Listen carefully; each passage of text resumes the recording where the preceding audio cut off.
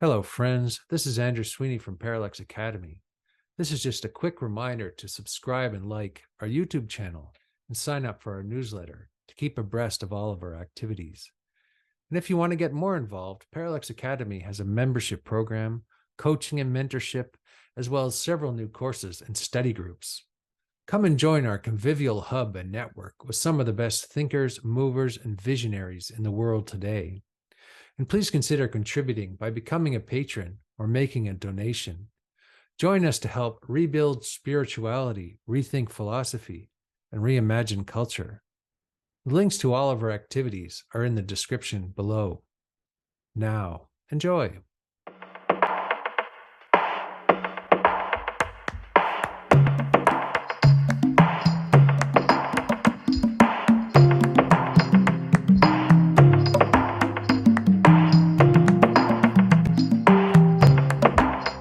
Welcome, Shozan, to Parallax. Parallax, we call it Parallax Academy. Welcome to this podcast. I'm very happy to talk to you. I reached out to you because a long time ago, I was a Zen guy in Montreal, and I met your teacher. And then I saw your YouTube channel. It just appeared in my algorithm, and it reminded me of how much I love Zen and how much I love that particular tradition of Zen that you practice. So I wonder if you could just tell me a little bit, like we'll start right from the beginning, maybe, and start with like the big question is, what is Zen and what is Tathagata Zen? This is, I think, a word that Sasaki Roshi used to describe his Zen. And I like this word, and I'm not sure if I know what it means. So, oh, dude, we're like jumping right into it. Like there's let's just no jump. foreplay here, is there? No foreplay at all. No, that's how it goes here. Well, clearly you're a guy who studied at, or at least went to Mount Baldy and studied with one of Roshi's Oshos, because like that phrase Tathagata Zen is just, it's in the DNA of most of us who studied with Roshi. I mean, Tathagata is I think that Sasaki Roshi, my teacher, kind of over the years ad-libbed that phrase into being. I think he was just kind of trying to put a handle on his insight and the way he wanted to express it. But technically the term Tathagata, it's a Sanskrit term, and it means like thus come and thus go. So coming and going, or left, right, up, down, plus, minus is how Roshi talked about it. So he talked about how the Dharma activity is this interaction of complementary but opposing but complementary opposites. In this interaction, it's like me and you, or this and that.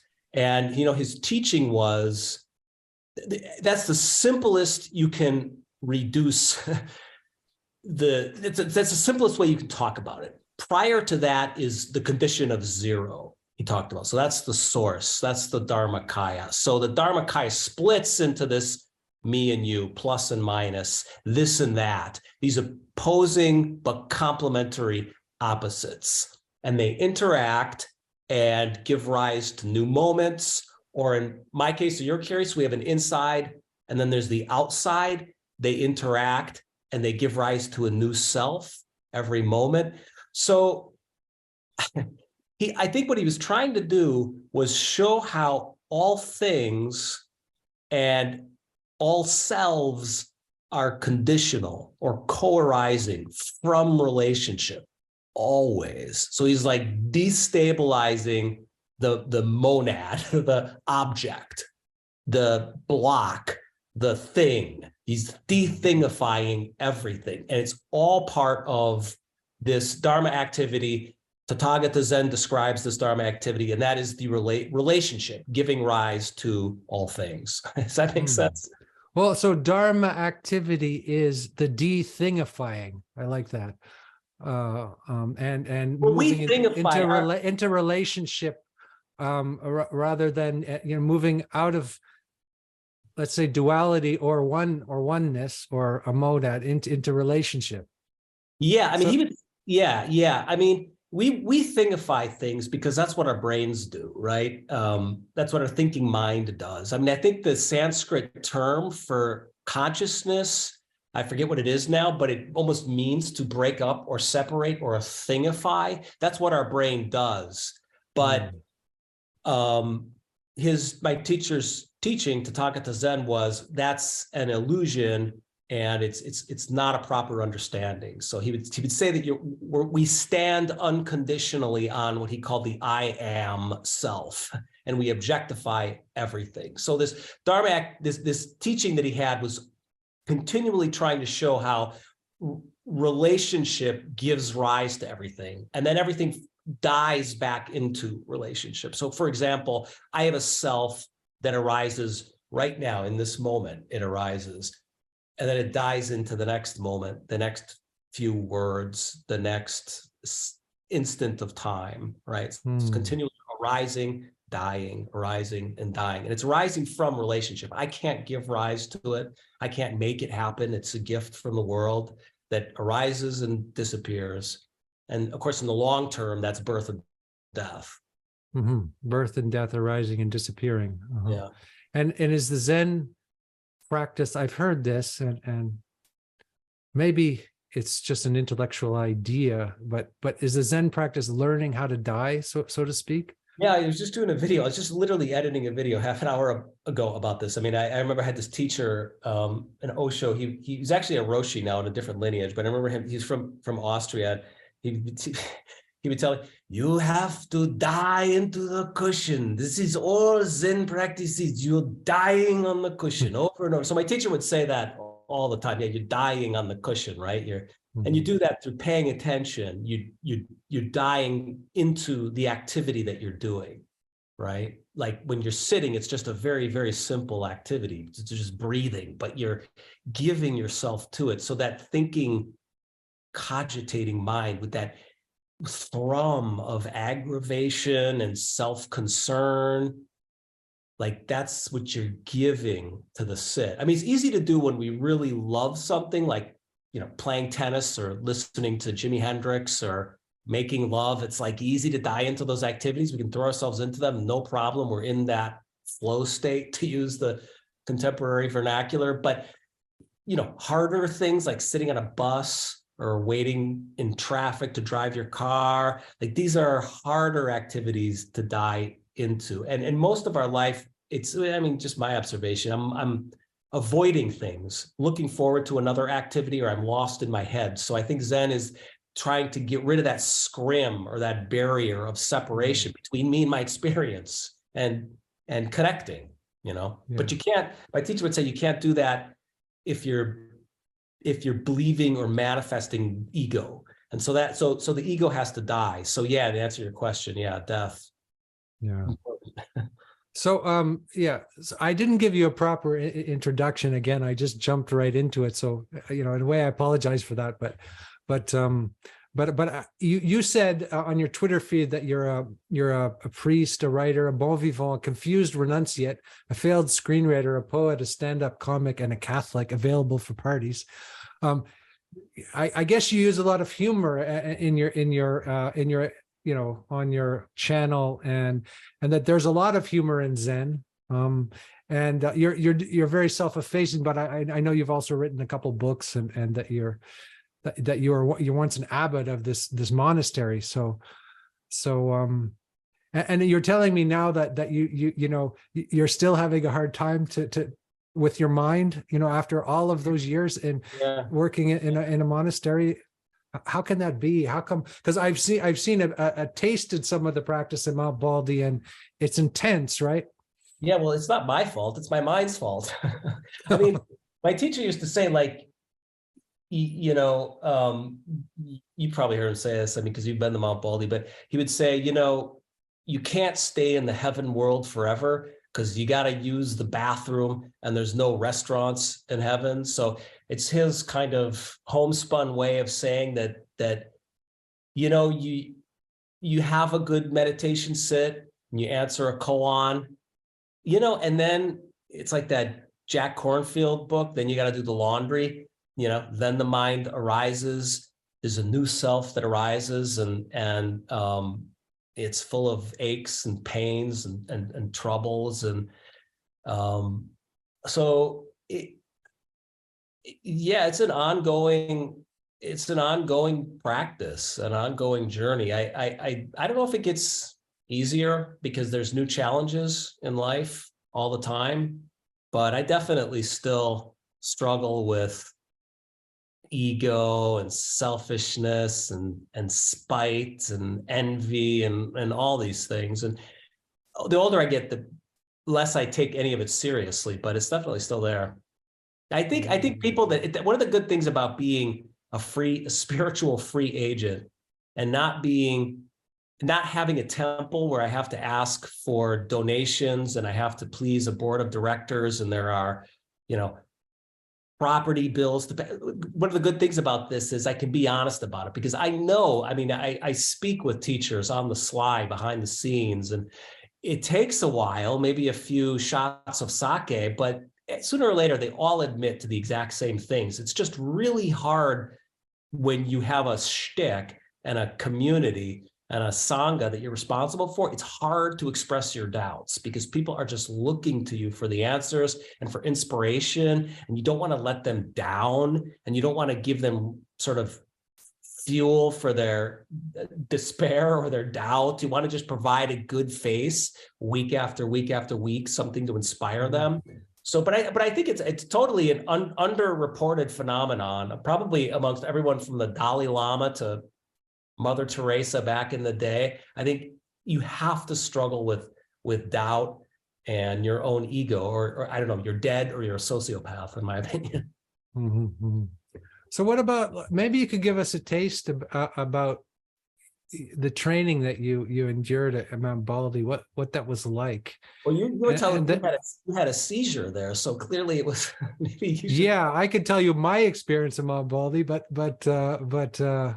I went there to do a sesshin, and I took a 3-hour bus ride from Montreal to get there, and I went to see the Roshi, and I found myself in a very intensive atmosphere.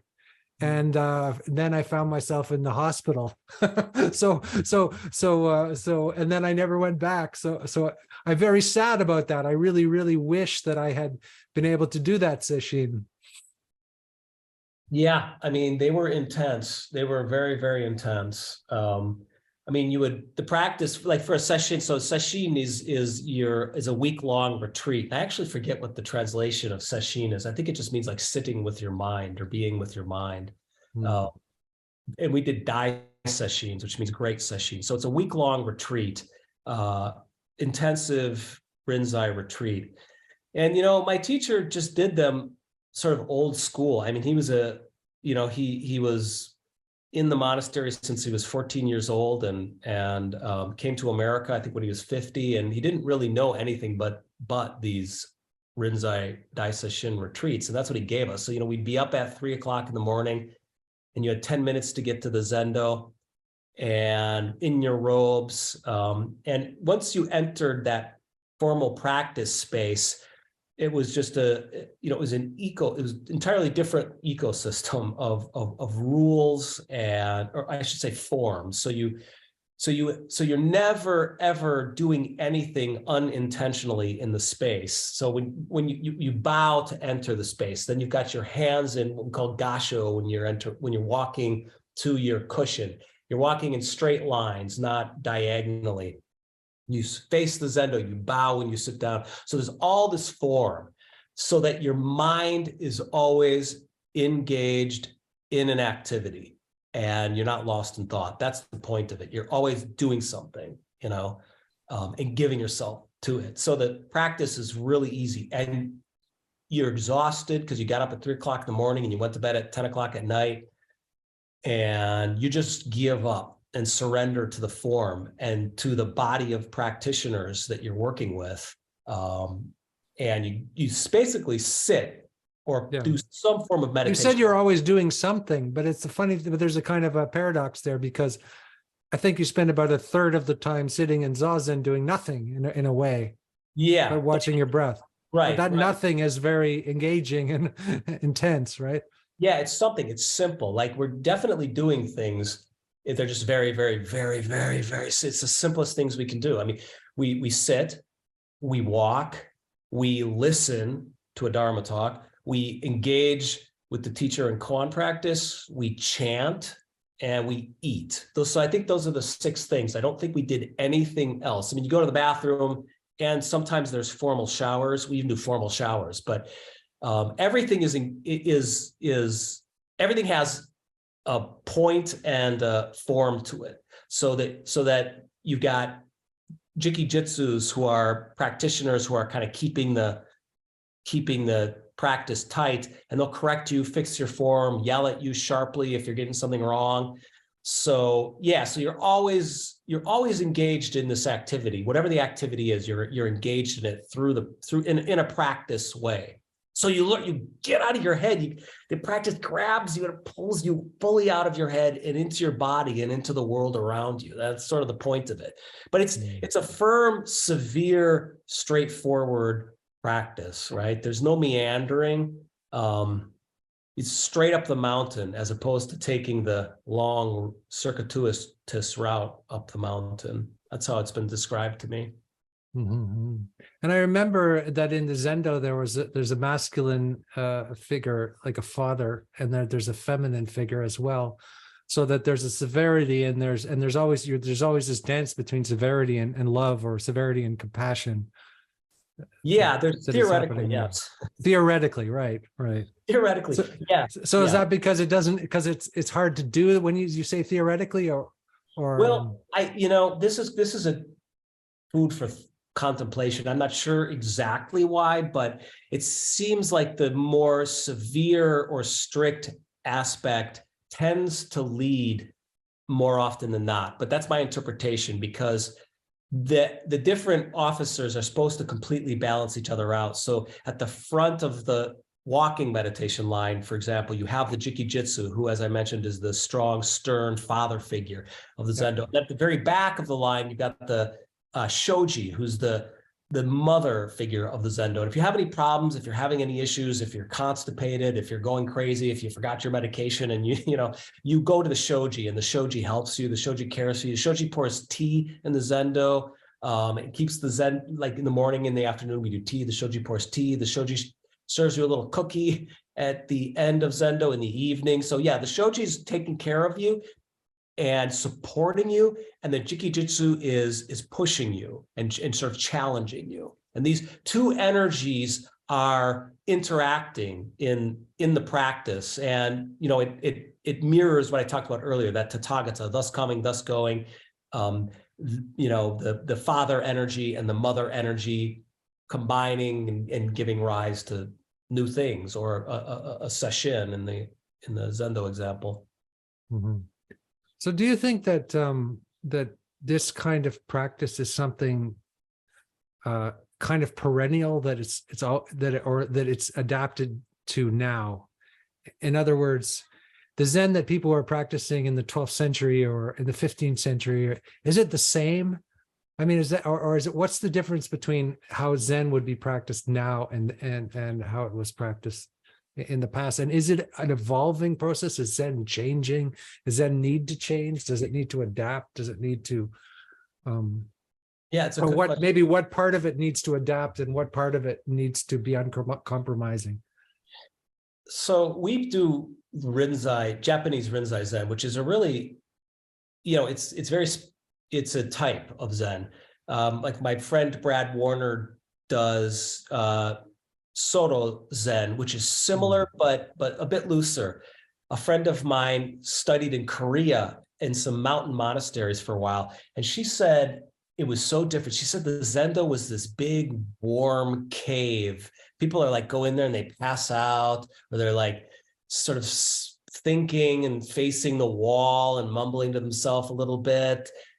Maybe once a week you go see the teacher, and the teacher maybe will yell at you, or maybe ask you how you doing and serve you some tea. Like a very informal atmosphere. Another friend of mine went to see some Chan temples in China, and it was almost like the way he described it was like it felt Protestant to him. They were like members of the Communist Party in the front row. There was a big ceremony going on. There wasn't any sitting meditation. There was a lot of incense and a lot of talking. So like there's lots of different kinds of Zen. Yeah.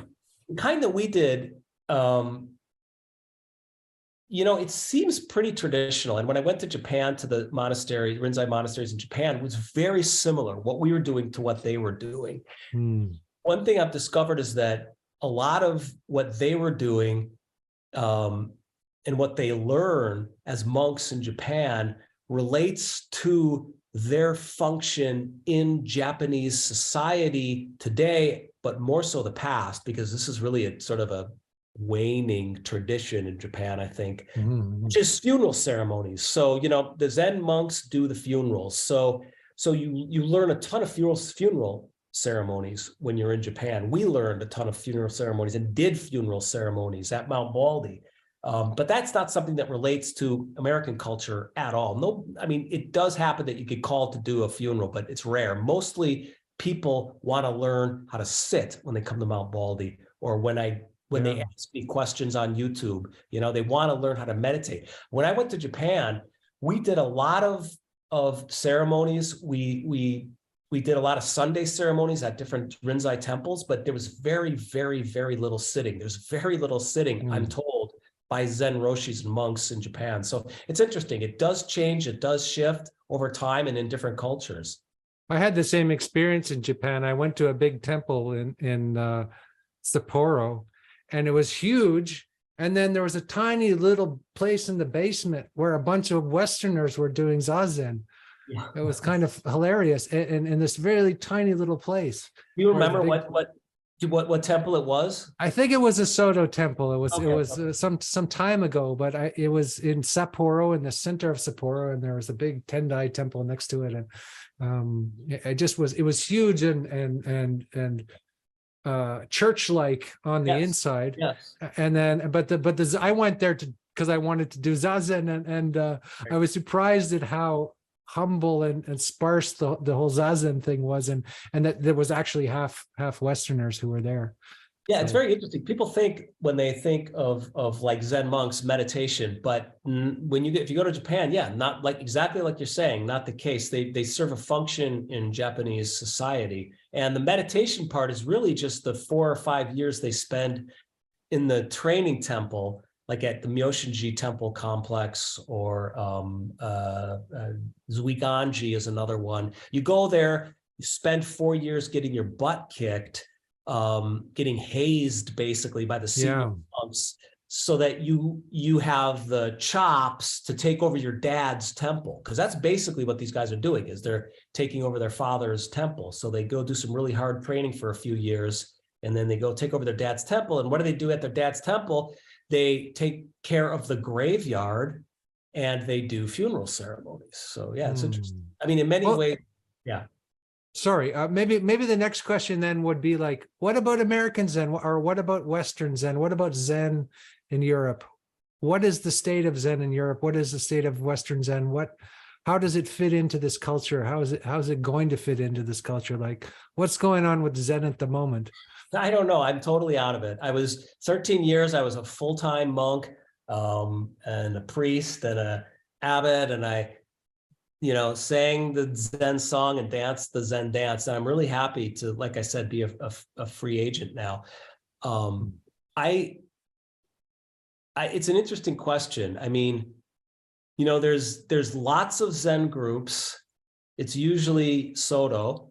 And it's, mostly the groups that I've come in contact with are, teachers that studied with somebody who studied with maybe Shunryo Suzuki, or somebody at the San Francisco Zen Center. So there's a lot of these like root Zen teachers from the 60s and 70s, Shunryo Suzuki and Sasaki Roshi, my teacher, and the Korean Zen master, Sun Sanim. So a lot of these teachers, they had Maizumi Roshi, they taught, and then their priests now have students that they've ordained as teachers. So it's people with little sitting groups. Zen hasn't penetrated American or European culture the way I think like mindfulness culture has, or maybe the Shambhala tradition did before their scandals, or the insight meditation community. I mean, that's a community that I think did something really interesting. Joseph Goldstein and his crew, I forget the other guys, like their teachers told them, their Burmese teacher, I think they were studying in Burma, and then their teacher said, we're done, you go do it your way in America. And so, Joseph Goldstein came to America and just slowly started doing his own thing. And Spirit Rock Zen Center, Meditation Center with Jack Kornfield. I mean, these are some of the people that really, when I think about the state of like meditation culture in America, I think more along those lines. Maybe John Kabat-Zinn and the mindfulness-based stress reduction, that whole community seems to be very popular, but it seems like Zen is still kind of on the outskirts a little bit. And, it had a reputation in maybe the 60s and the 70s for being wild. I mean, Mount Baldy, where I studied in the 60s, 70s, and even the 80s, it was a completely wild place. I mean, people would go in to do Sanzen practice on acid. They would charge my teacher and attack him. And you hear these stories about Roshi, would flip them around and flip someone onto his lap and spank them with his stick, and everybody was sleeping with everybody. It was, very wild, right? And then I think Zen culture became more buttoned up and more straight. But it's like, it's hard to turn Zen into something that's mainstream and that's palatable for your average American, because there are not a ton of teachings. There are not a ton of there's not a ton of teachings. Like, it's just sit. Yeah. And then if you're lucky, you've got a good teacher you can interact one-on-one with in koan practice, right? But other than that, it's you have to pull yourself up by your own bootstraps in the practice. And so I feel like it's still kind of the ugly antisocial uncle in the corner of the room in terms of mainstream American spirituality. I remember I asked it, like I did his Korean Zen retreat, and I asked the teacher, I says, like, what's going on? Why are there so few people here? And there's all these people doing that. There was this other kind of German Lama there. And I said, and I realized that in the tantric tradition, they have 84,000 different tantras or something like this, and then you have 2 or 3. So he said, oh, it's just not attractive to people. It doesn't give anybody it might be just as profound as the other stuff, but it doesn't give you kind of doesn't give you a big feast of what you want. Yeah, no, you're totally right. Yeah, I mean, there really is this idea, especially in the Rinzai, well, actually maybe only in the Rinzai tradition, like you sit and you interact with the teacher. And, there's the idea, or I don't know what you would call it. There's the idea that you need to have some kind of insight on your own. And that's the point of koan practice. It's the point of being pushed so hard at a place like Mount Baldy, is that it gets you out of your comfort zone, and maybe really out of your comfort zone, and you can glimpse something that is beyond the self, right? I mean, that's what it's really trying to get you to do. And the teaching is in Zen, it's outside of scripture, no special books beyond words. You need to experience it. You really need to experience it. And my teacher was adamant about that. And if you don't have the experience, it's just words, it's just talking, and you go like a ghost among leaves and grasses. I think in the graveyard, I think that's what they say in one of the koans.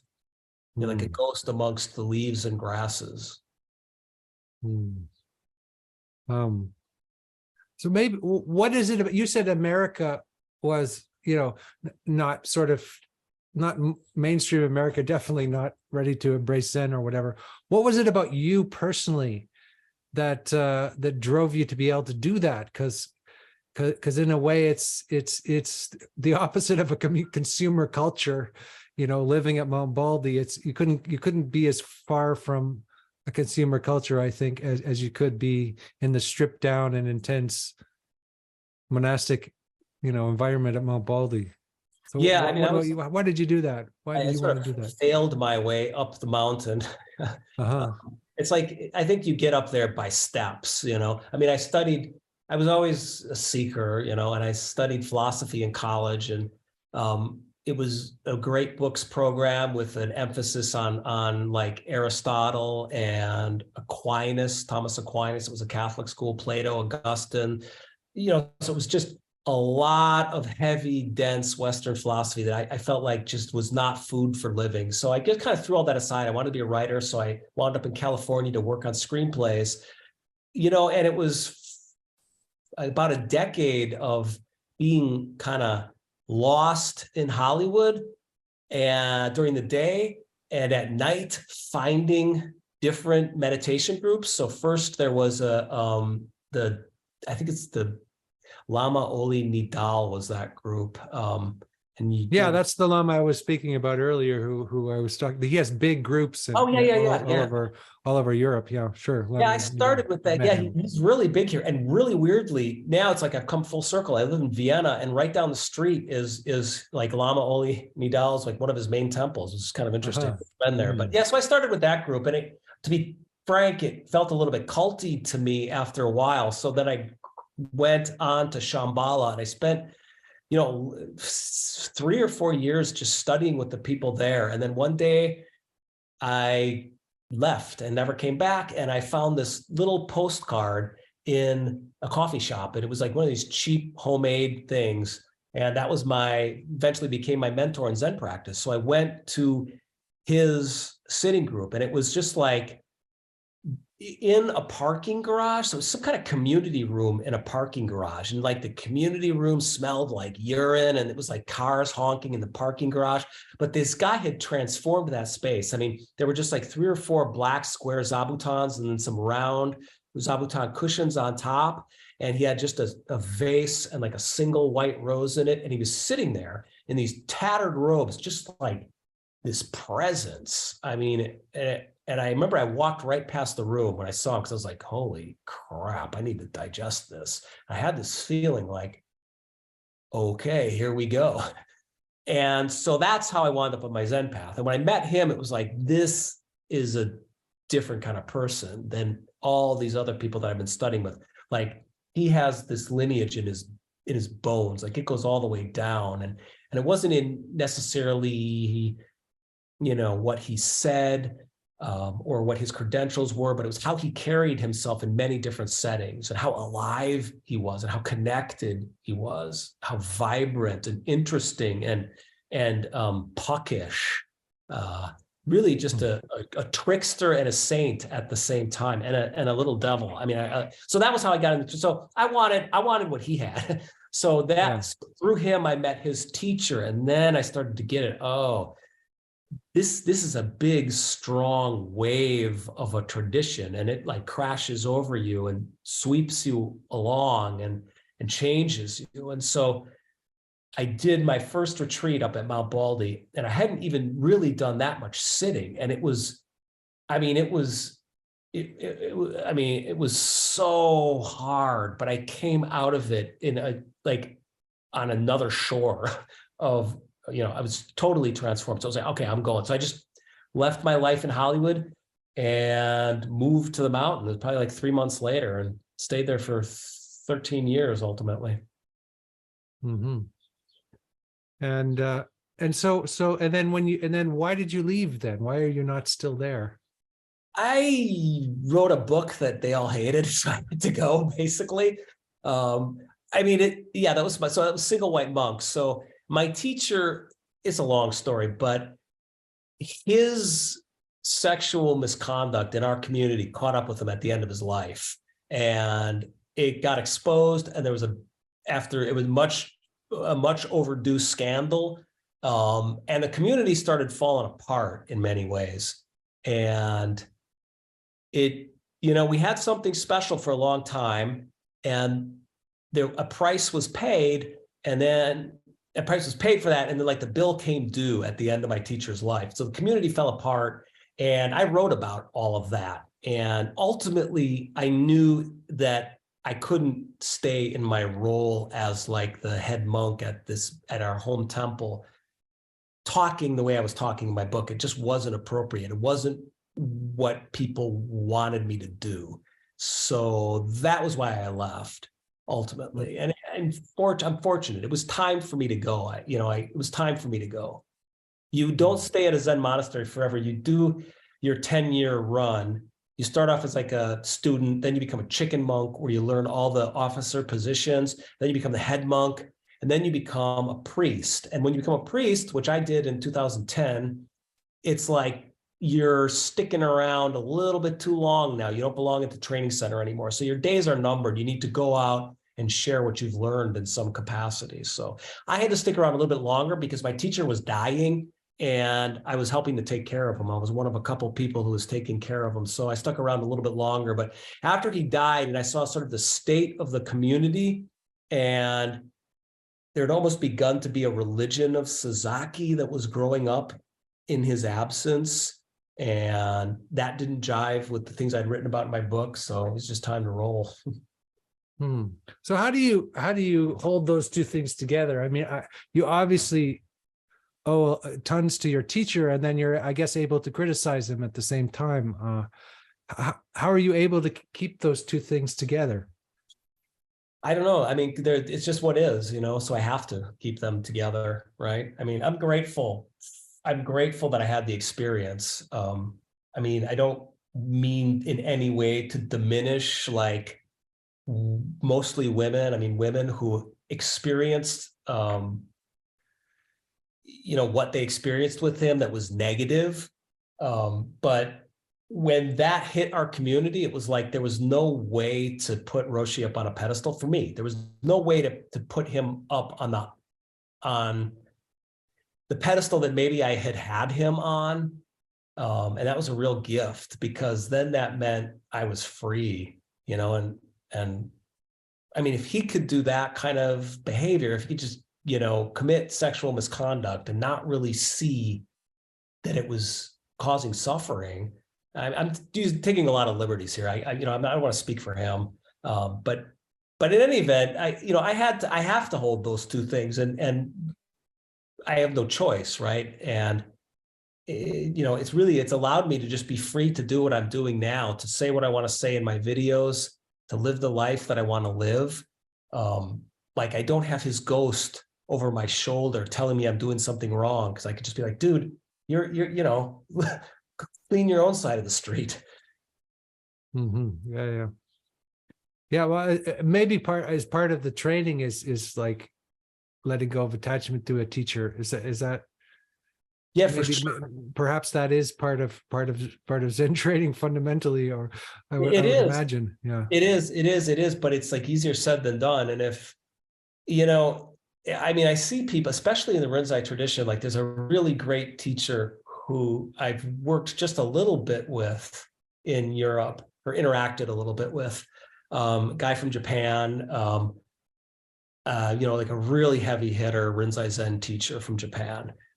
And just occasionally being in that community and seeing people interact with them, it's like, wow, it's so easy to put the teacher on a pedestal. I can see these people doing it, and I can see them.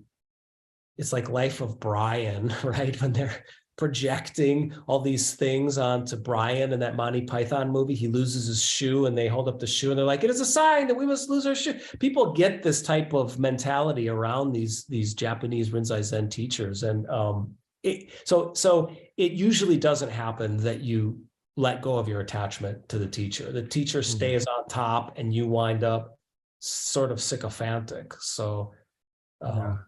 That seemed to have happened everywhere in the Buddhist community. Yeah. Around that same time, it seemed that all of these major teachers from the East, were having a hard time in America, or giving other people a hard time, how do you account for all that? Like, what is that? What's going on there? I don't know. I really can't say. A lot of it, I think, you mean, you're talking about like all the teachers, like sexual misconduct with their students. Well, we have you could name a list of maybe 20 or Yeah. 30, or there's a huge amount, and Yeah. maybe some of them were innocent. Maybe some of them, maybe some of them were scapegoated. Maybe some of them were not. But it seems to be that I wonder if it's the state of the West in general that causes this dynamic to arise, or just the relationship of the teacher student guru. What's going on? How does this happen? Yeah, well, yeah. I mean, when I went to Japan, that the teacher at the main training temple, this guy was very interesting. The Roshi at one of the main training temples had a sort of a pseudo wife down in the village. They weren't married, I mean, but he had impregnated her, so she was pregnant with his child. This guy was a raging alcoholic.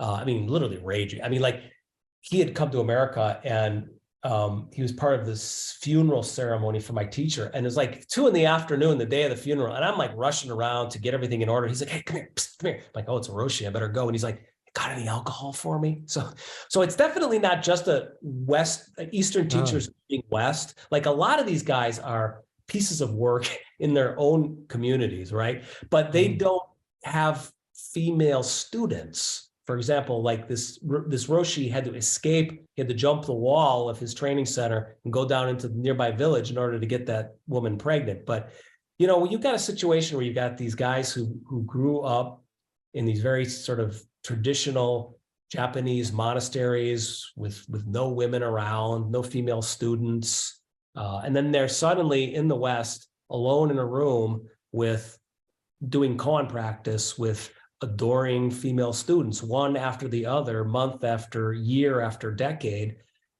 in a system that doesn't really, I mean, the Zen that I've encountered doesn't have strong moral, sexual moral rules, right? I mean, my teacher's attitude around it was like, do what you want to do, but you will have to take responsibility for it. I mean, that was generally the flavor that he gave off to me with regards to how he thought I should approach sexuality.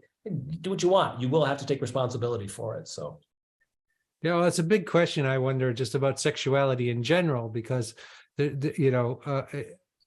seems to be a problem. I don't know what else to say about that. In every single, every which way you look at it. The one thing I almost wonder if people should be having more sex, and they should be allowed to have sex, or there should be some tantric sex going on somewhere, so that people can at least understand what it is and work with the energies of it. And but then those tantric communities obviously have their own problems, and they always do. All these communities always do. There's some intimate link between sex and spirituality. They're both sacred and they're both profane. They're so intimately linked, that you can't avoid it. And so many people that I worked with made mistakes in the realm of sexuality when they were monks, just sleeping with the wrong person, getting in horrible relationships. I was one of them. I got into a relationship within a practice context that was just a nightmare, and in retrospect, I'm really glad that I did, because I think I worked through some emotional issues of the heart through that relationship in the practice context. So maybe it's just inevitable. I will say this, like, the biggest mistake that I think our community made was brushing the stuff under the carpet, like, we were really open about how difficult our monastery was. We were open about a lot of things, but when it came to Roshi touching women and whatever else happened, we weren't honest about it. Our community wasn't honest about it. I mean, people would be really honest with me when I would ask them directly, but it was sort of an open secret. And I think that open secret quality to the thing was what killed us. I mean, if Roshi's touching students, whatever. I mean, on some level, But if everybody's kind of not talking about it, and then there's a problem, a woman has a problem and she doesn't know who to go to, et cetera, like, I think that's when you get rot. That's when you get just, you get a demon. I mean, I talked about it in my book, Single White Monk. It becomes like the energy, that kind of repressed energy over and over, it becomes like a kind of demon that haunts the community and eventually explodes. And it exploded in our case in a huge scandal, in a massive situation of disharmony within our Sangha. And the Sangha kind of dislocated and never really came together again. I mean, that was the end of the community. So, you reap what you sow, and you can't have these things going on without there ultimately being some kind of bill that is due sooner or later. Mm-hmm. Yeah. So what about just maybe changing the subject a little bit? What a lot of the way you communicate, and what I like about your channel is you communicate profound ideas through humor. What's the relation of Zen and humor? I don't know, Mike. Yeah, there is a relationship. Like I loved how, when I first went to the monastery, how funny the monks were, and how funny like Leonard Cohen was, for example. He was a monk at our monastery for a while. Yeah. And that his poems about Zen are so funny. There's a kind of almost like an absurd, I don't know, humility / hope, joyous, jolly hopelessness in the Zen tradition, Yeah. Kind of that cosmic laughter that's really important in the tradition. I mean, really important. And you're right. I mean, it is part of Zen, more so than maybe many religions that I know of. What do you mean by cosmic laughter? That's an interesting phrase. That big laugh that, like, you're just not gonna win. You can't win. You're not gonna have the satori that makes you understand complex mathematical formulas, as well as the deep problems that you had as a child, as well as how everything is one. We come to the cushion with all these expectations, and the practice just keeps thwarting them and thwarting them and thwarting them and thwarting them and thwarting them over and over and over, negating. I mean, the Christian word is apophatic. It's negative. It just keeps taking away, and you just got to laugh. There's nothing left. And that's your Zen, whatever that is. There it is. That's your Zen. But that's strangely what you want, or that's strangely joyful, right? Yeah, because you didn't need it. You're perfectly fine. You're seeing through this like mechanical nature of your ego, and it collapses, and you find some joy. Yeah. Not in pursuing what you think you want, or right. And you just gotta laugh. It was here all along. Here it is. Mm-hmm. Why is the sitting practice so important in Zen? Why did you guys spend like 1/3 of your life sitting in lotus position in your hands and like this? And and then why? For me, it was important because, I mean, it's like when you're an unruly boy, you got to go sit in the corner for a while. I mean, my mind wouldn't stop. And so I had to learn how to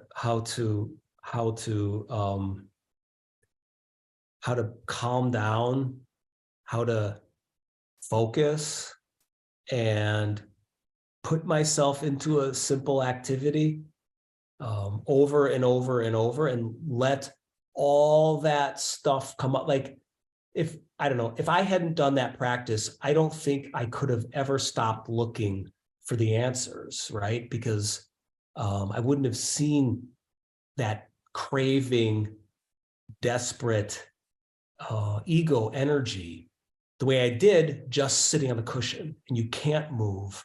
You can't go get a cup of coffee. You can't get on Amazon and purchase another book that's going to give you the answers. You can't watch another YouTube video that's going to give you the answers. You just have to sit there. And this energy, this craving and striving comes up, and you can't do anything with it, right? You just have to get familiar with it and get used to it day after month after year on the cushion. And eventually it's like, oh, there it is again. I'm not going to act on that when I'm in the world. You get used to it and see it, and that energy gets spent. I don't know how else I would do that other than sitting and doing nothing on the cushion. Mm-hmm. It's just really just doing a simple thing completely. I mean, the old yoginis in India, maybe they stand on their one foot for 3 years, right? They commit to that, or they decide not to speak for 10 years, right? It's like just committing to one crazy thing. In Zen, we just commit to that sitting still, right? I don't know if it's necessarily that special. I mean, you could do Thomas Keating's centering prayer, where you're saying the name of Jesus over and over and over. I think just giving yourself to one practice that's very, very, very simple that's kind of the spirit. But what I like about Zazen is it's close to nothing as possible, right? There's no tricks and there's no shtick. There's no mantra, it's just breathing, breath, and there is what about the koans? What are the function of that, and what is the beauty of that, or what is the...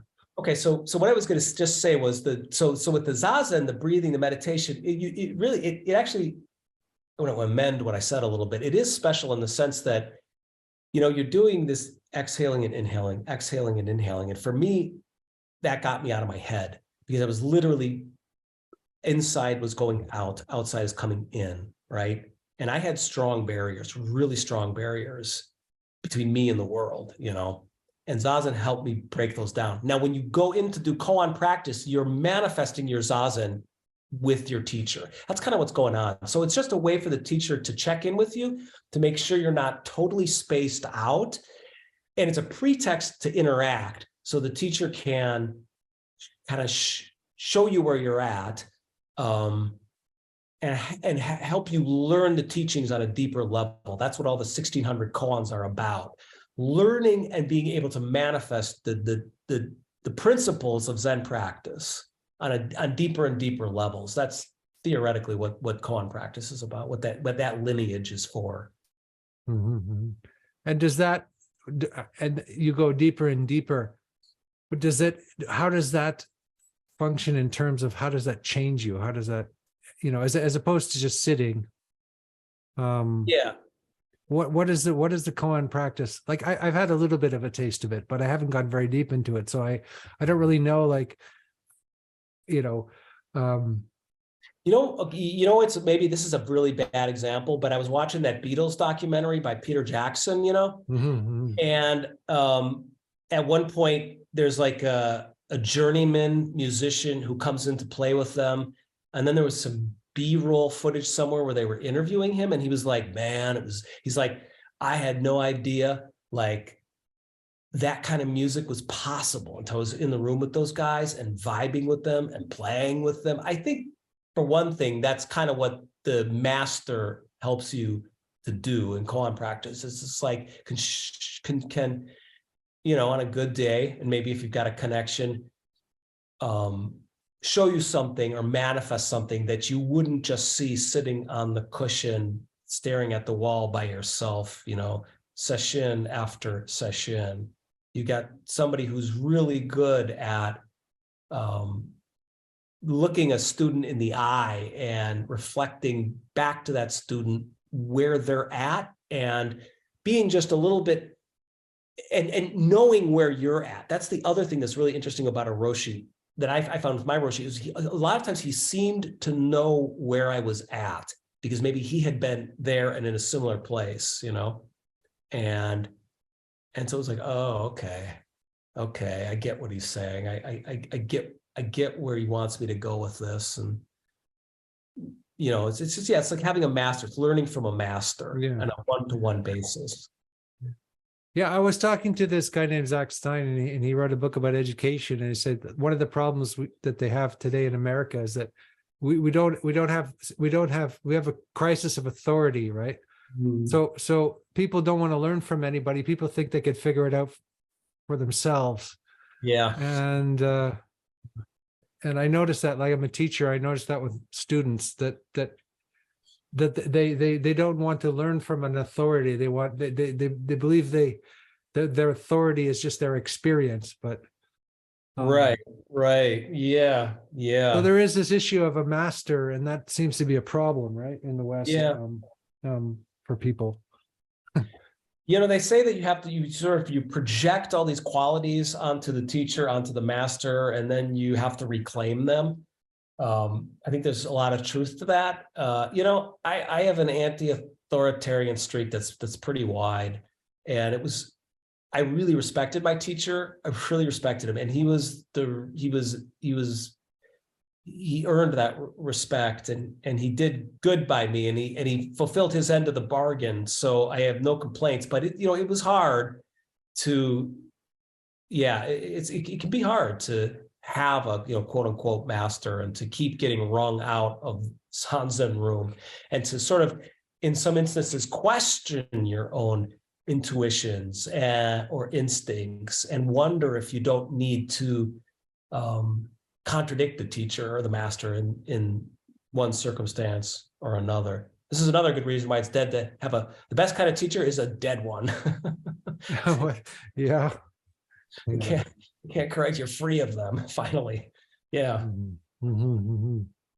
Yeah, I remember reading in an interview with Leonard Cohen and Sasaki Roshi. He kept apologizing to Leonard Cohen for living so long.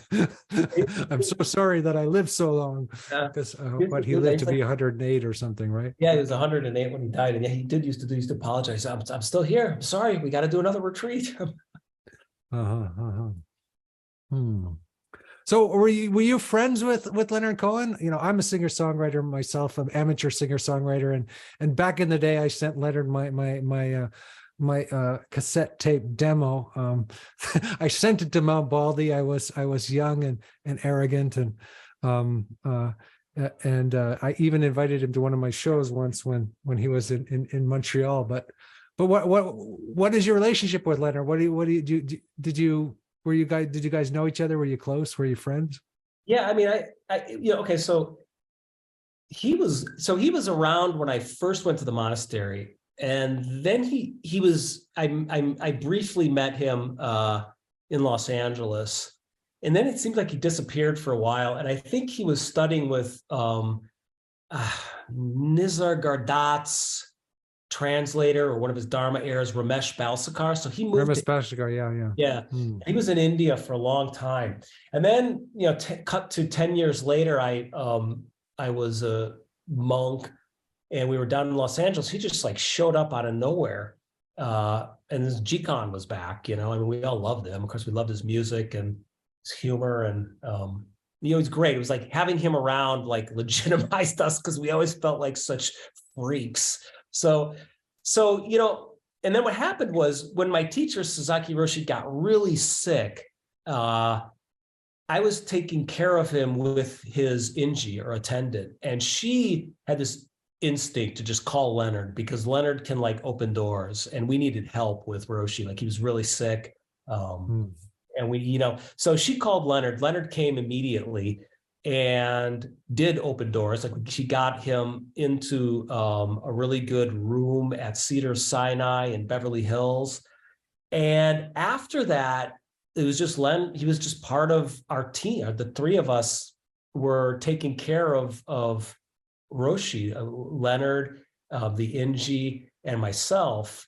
And it was kind of a really neat time. Like, we would have, Leonard would bring like Jewish food from Greenblatt's Deli, like once a week, and we have like beef tongue and chicken soup, and or bring like I remember he was very fond of smoked meat sandwiches in Montreal, and he would bring them to the vegetarian really or mostly vegetarian Zen center. Yeah, he would bring these from the delis in Montreal.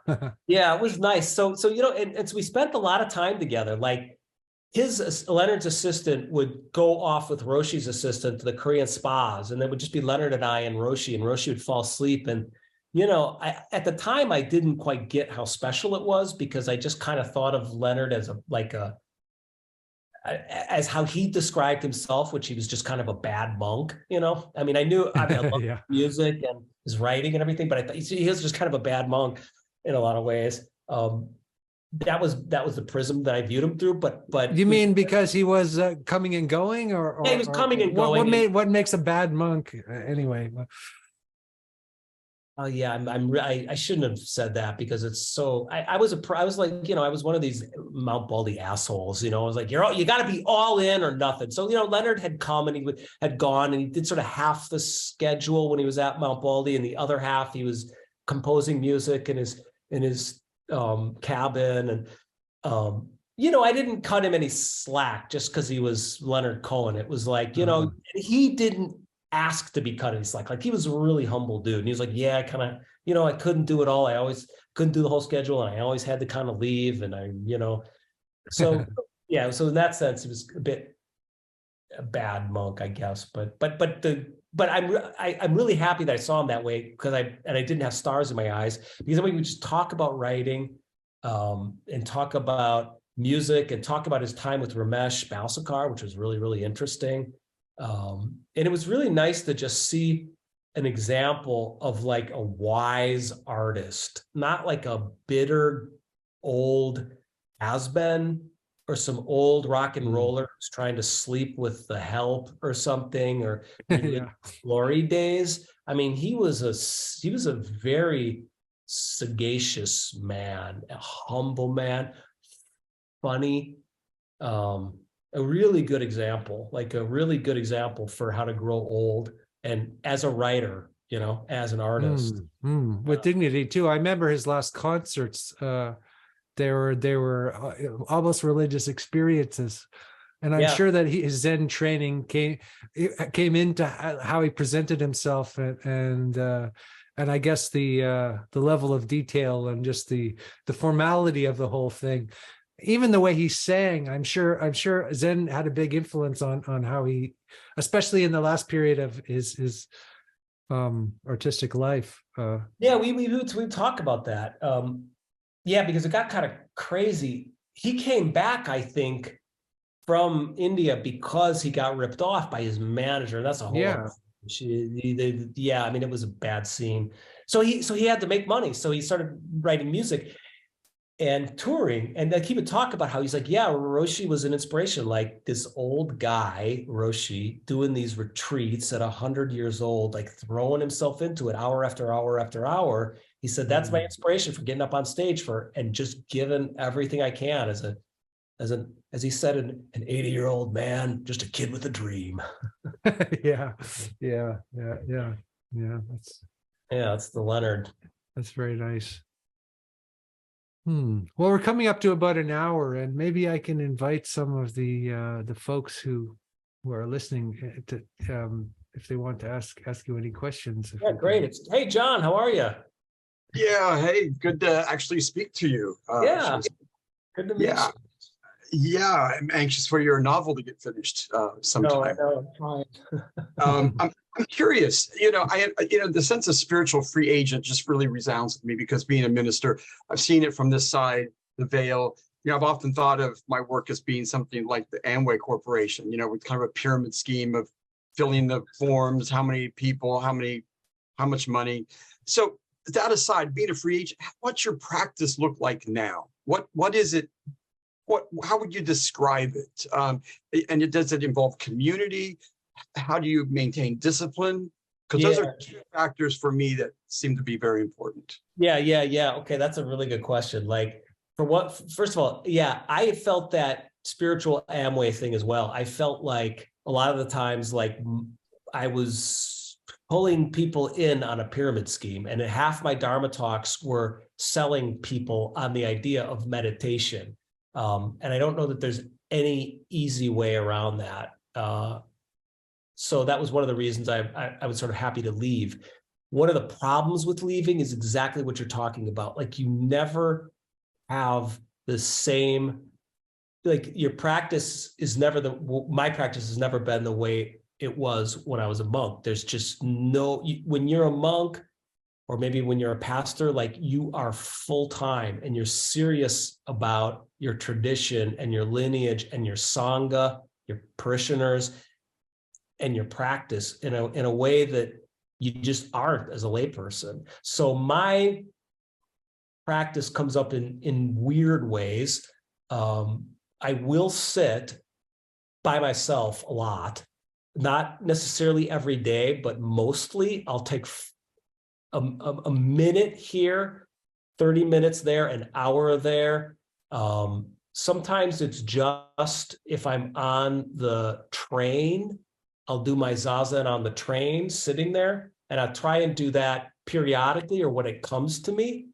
And it almost seems like in those moments, like it's fully alive again, like fully alive as much as it ever was when I was a monk. I have a community here that I'm close with and friends with a lot of the people, and I will sit with them. And I've led a couple retreats for them, and done a couple or more than a couple retreats with them. So I have a community out here, so I'm lucky in that sense. But once you step out of that role as a teacher or a pastor, it's like you're in the human world, and your practice is never the focus, again, the way, at least for me, the way it was when I was a monk. And that there are good things in that and bad things in that. Like I wouldn't trade. I couldn't have stayed in that environment any longer. I was just chomping at the bit to get out. Yeah. Well, as a leader at the monastery, did you often feel like you weren't experienced? As a pastor, I mean, the practice, it feels like I'm doing the show. Yeah. It's like I'm the producer, the actor, the writer, and you look at the people in the pews and say, well, they've got it easy. I mean, they can come and enjoy this experience. Is it the same thing at the monastery? Yeah, it is. I lost you. Oh, there you are. Yeah. I'm not sure what just happened. I think we're I just removed the spotlight so we can open it up to the okay. group. Okay. Sorry. Anything's okay. Hold on. Sorry. No, I'm sorry. Okay. Yeah. Okay. So once when I was the head monk, like, I always say you get demoted to positions of authority at a monastery. And when I was the head monk, more and more, I felt like my whole freaking practice was just making the space, making the teachings, and making my teacher available to the community. Like, I almost didn't have a practice myself.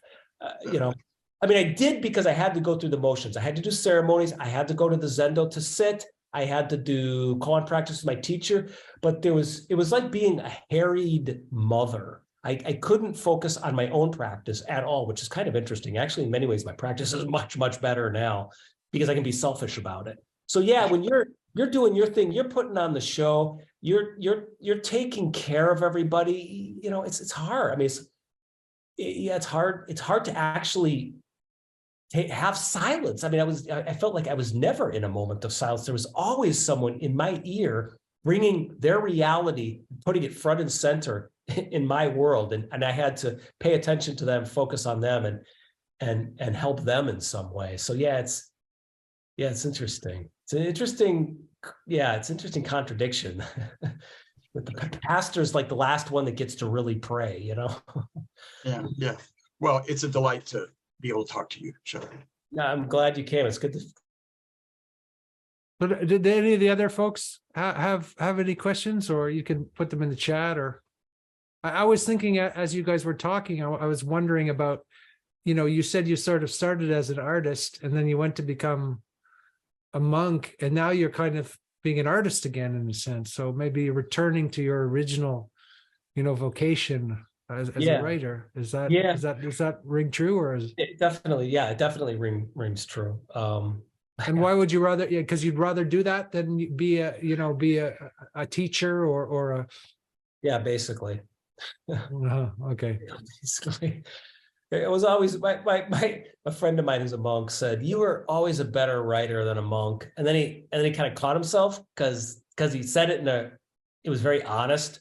And he said this when I was trying to figure out if I was going to leave the monastery and write or stay at the monastery and kind of teach. And he said, hey, you're a better writer than you are a monk. And I was like, yeah, okay. He's not wrong. But I think that just speaks to how bad a monk I was, not necessarily being a decent writer. So what are you writing now? What is your I've been working on a novel, a first piece of fiction. So it's taken a long time, and it's a long book that I'm gonna have to seriously chop down. But it's taking all these. I had this idea when I was a monk. I was trying to figure out almost like a supernatural or spiritual, comical, satirical, futuristic fairy tale of sorts. So I'm calling it a folk tale from the future. It's a piece of fiction, and it tries to incorporate all these different things we've been talking about tonight, but in a story with characters in a fictional fairy tale context. sorry. Coming soon to a Barnes and Noble near you, hopefully. Okay. And what about, well, maybe does anybody have a question here? Can I keep going and ask you another Yeah, kind of please. question? What about relationships? You got to have a girlfriend now, and I guess you did have a relationship at a monastery, but it must be hard to have a relationship at a monastery. And what about being a monk and being in relationships? Does that go together or usually, No. or what? I mean, it doesn't. We had a weird monastery. I mean, my teacher was, he was always telling monks to get married. He was always telling us that marriage is the only true monastery in the West because you're trapped in this situation with your partner, and you're sort of raw and at ground zero with your emotions and that sort of thing. It was nearly impossible as a monk, but nonetheless, Roshi was always trying to pair students and monks off. And then once you got together, that was it. Basically, you had to leave the monastery because you couldn't really be a couple and be in a monastery. But the style of Zen that he taught was really amenable to ultimately having a partner. And yeah, I have one now, and I really appreciate her. And I don't think I knew how to love before, as cheesy as that sounds. Like, I had no idea I didn't know how to do it. I really didn't. I just didn't know what love was, And I think Roshi broke me through that. And his teachings were very explicitly about love, not necessarily human love, but what he called true love, which we talked about at the beginning of this podcast. So what's the difference between human love and true love? Well, true love is what he would call the activity of the Dharmakaya, which is this that what the universe is doing spontaneously, coming together as one and then separating, coming together, separating, coming together, separating. So, I mean, it's hard to. And human love is more like coming together and crashing into each other and becoming super attached to somebody and then suffering a lot. Basically, yeah. But he used to use, the human relationships as a metaphor. So like, he would shake my hand or give me a hug, and he would say, now we're one, not separate. But then we have to separate. Now we're two, and we can talk and exchange and interact, and we come together one, no thinking, no talking, just one. And then, we separate. Now self arises, myself, yourself, we talk, then one, two, one, two. That principle behind that is what he would call true love, or Tathagata Zen. Mm-hmm. Mm-hmm. And so, but you said that after being a monk at the monastery, then you were able to experience that with another person when you weren't before. Yeah. I did. Yeah. That's what I said. That's true. I'm just repeating what you said. I guess I'm trying to understand that. Yeah. I'm not sure why. I mean, maybe, we talked about how tough the monastery was. I think it broke me in a lot of ways. And I needed that. So yeah, though, like, yeah, I guess that's what I'm getting at, is like, you have to get broken. I guess it's the cliche Leonard Cohen line of the crack or whatever. You have to get broken for you to able to experience that kind of love, instead of just being I don't know, whatever the other thing that people do is. I needed it, I guess. I mean, I needed something that I was looking for it. I was looking for something to give all of myself to, and I thought it was going to I thought my unconscious expectation was that when you give yourself to the thing that's true, which I felt this was, and I'd searched so long and thrown so many things out that I thought weren't true. When I found this thing and these people and this teacher that I thought was, and then my expectation was, when I give myself to it, something will come of that. And then it didn't in the way that I thought it would. And it did break me. And I would have, here I am, able to love. Is this the natural conclusion of our conversation? Perhaps.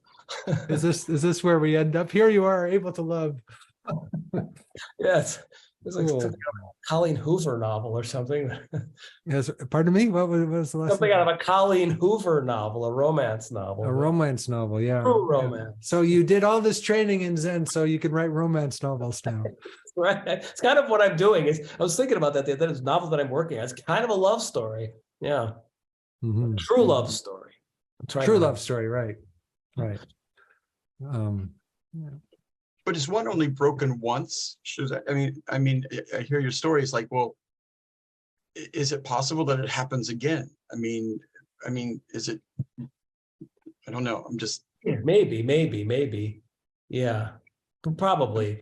The moment we think we've got it, I mean, it was, Yeah, it's true. I mean, it wasn't one moment in the mind. I mean, it was like year after year.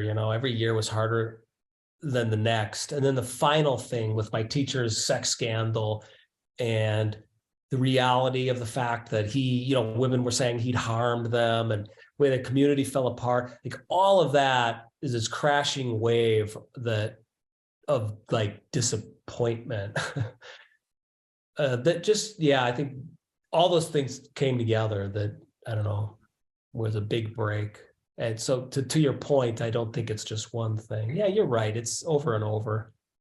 Yeah. It's like, I think about, I get a husband and get a son, and good. And then suddenly today we're dealing with cancer with the son, and so it's always that break, isn't it? That something snaps, that right. The dying happens and throws us out of our comfort area. And and you're in it again. Yeah. Well, I'm sorry to hear that. Well, no, but the point is that you think you have it. Like, I finally got what I always wanted, and then suddenly it becomes not what you wanted. You're totally right.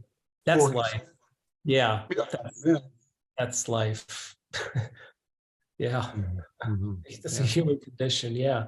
Continually being broken open. Continually being broken open. Yeah. It almost feels like when you're talking about Zen that it's there's something ridiculous about it, because you're not really supposed to be talking about it. Or I'm getting that feeling a little bit like, okay, there's too much talking. But I don't know. Is that? No, that's true. But again, me and you do podcasts. We write. We write. We want to express ourselves. But there's an embarrassment at the same time. Yeah, there is an feeling. What? Yeah. My teacher Roshi used to say, like, whenever people if they talk long enough, sooner or later they start fighting or lying. Yeah. Let them talk long enough. Yeah. Mm-hmm. Oh, somebody wrote something in the chat. Where is it? You can't choose Zen meditation. What kind of meditation? If you can't choose Zen meditation, what kind of meditation would? So I think the question is, if you can't do Zen meditation, what kind of meditation do you do? I mean,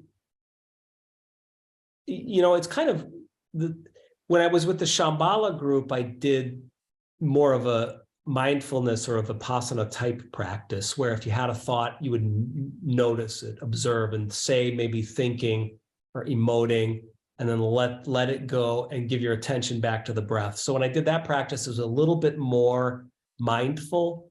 And when I started doing Zen practice, my teacher would say, well, who's doing the watching? Who's doing the noting? Who's being mindful? You give yourself completely and dissolve that thinking mind, dissolve the observer. So there's just nothing, zero, just breath, and then the self arises again and you start thinking, and then your activity is to give it away again.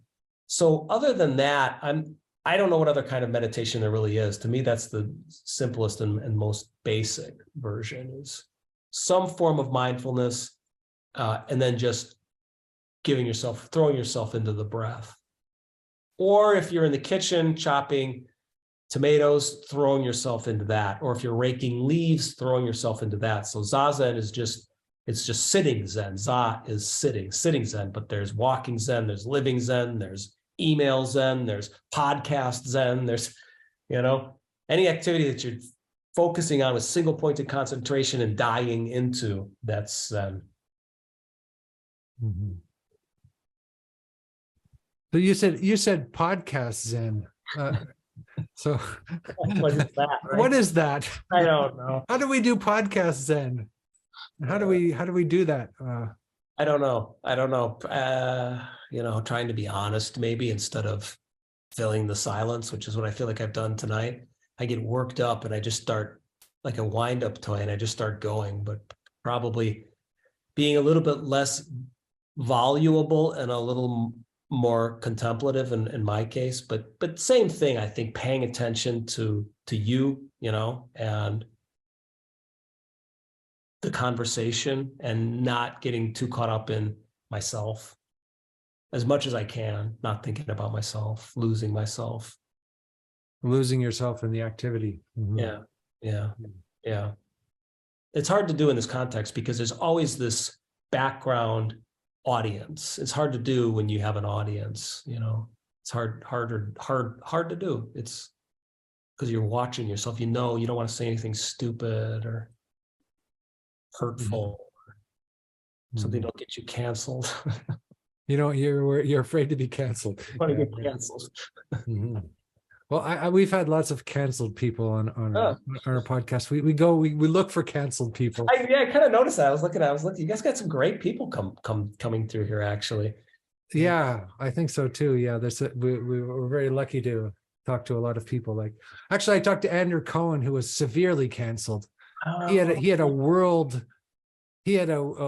community, and everything just collapsed under him. Absolutely everything.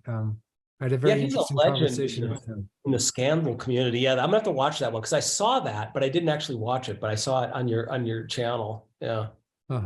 He described, being this major countercultural guru in the United States, and with friends with Ken Wilber, and then to being the biggest pariah, in the world. It wasn't sexual scandals in his case. It was that he was sort of pushing his students too hard, and he was very repentative about it. So I really enjoyed talking about him. He seemed to wanted to admit what he did and to understand what was happening. And it's like, if we just cancel somebody and never talk to them again, it doesn't seem to be much love in that. Yeah. Or much, or much wisdom, really. Yeah. It's probably great to hear people who've gone through that and just hear what they have to say. I'll have to watch that video. Yeah. Well, in any case, it's been a pleasure talking to you and getting to know you a little bit, and thank you very much for coming. And I've been wanting to talk about Zen with somebody for a long time. It's such a good time. It's a pleasure. Yeah, thank you. Okay, so anyway, check out Shozan's wonderful, hilarious, and profound and beautiful YouTube channel called I just forgot the name. Zen Confidential Zen. No, what is it? Yeah, Zen Confidential. Zen Confidential. Yes, indeed. Okay. So thanks again. Good night, everybody.